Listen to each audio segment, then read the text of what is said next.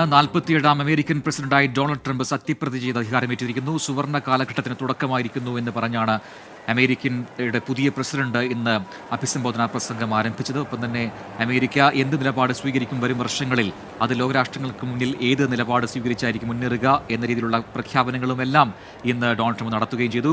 ന്യൂജേഴ്സിയിൽ നിന്നും മധു കൊട്ടാരക്കര ചേരുന്നു തത്സമയ വിവരങ്ങളുമായി.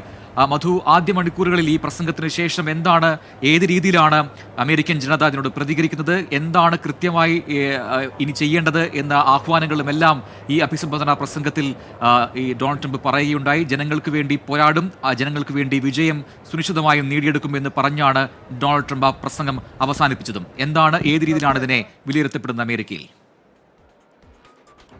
പ്രജിൻ, അല്പ മിനിറ്റുകൾക്ക് മുമ്പാണ് ഈ സത്യപ്രതിജ്ഞാ ചടങ്ങ് ക്യാപിറ്റൽ ഹില്ലിലെ ക്യാപിറ്റൽ റൊട്ടൻഡയിൽ അവസാനിച്ചത്.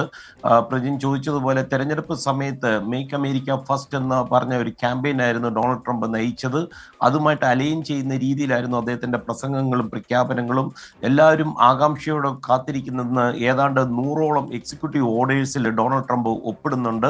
അതിൽ ചിലതിനെ പറ്റിയൊക്കെയുള്ള സൂചനകൾ വന്നിട്ടുണ്ട്. പ്രത്യേകിച്ച് അനധികൃത കുടിയേറ്റം നിർത്തുവാനുള്ളതും അതുപോലെ ക്യാപിറ്റൽ ഹിൽ ലഹളയിൽ പങ്കെടുത്തവർക്കുള്ള പൊതുമാപ്പ് നൽകുന്നതും ഇങ്ങനെ പോകുന്നു ഈ എക്സിക്യൂട്ടീവ് ഓർഡേഴ്സ്. ഇതിൽ ഏതൊക്കെയാണ് ഒപ്പിടുന്നതെന്നുള്ളത് അറിയുവാൻ അല്പസമയം കൂടെ കാത്തിരുന്നാൽ മതി.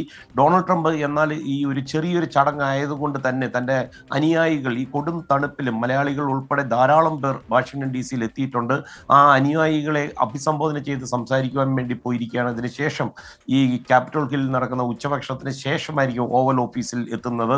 ഓവൽ ഓഫീസിൽ നിന്ന് മുൻ പ്രസിഡന്റ് ജോ ബൈഡനും അദ്ദേഹത്തിന്റെ പത്നിയും യാത്രയാകാനുള്ള സമയമായിരിക്കുകയാണ്. അവർ ഹെലികോപ്റ്ററിൽ വൈറ്റ് ഹൗസിനെ വലയം ചെയ്താണ് ജോയിന്റ് ആർമി ബേസിൽ എത്തിയതിനു ശേഷമായിരിക്കും വിട വാങ്ങുന്നത്. അതുകൊണ്ട് ഈ പ്രസിഡന്റ് ഡൊണാൾഡ് ട്രംപിന്റെ വരവും അതുപോലെ ജോ ബൈഡന്റെ വൈറ്റ് ഹൗസിൽ നിന്നുള്ള പടിയിറക്കവുമായിരിക്കും അടുത്ത നിമിഷങ്ങളിൽ നമുക്ക് കാണുവാൻ സാധിക്കുന്നത്. പ്രജിൻ, ശരി. ന്യൂജേഴ്സിയിൽ നിന്നും മധു കൊട്ടാരക്കരയാണ് വിശദാംശങ്ങൾ നൽകിയത്.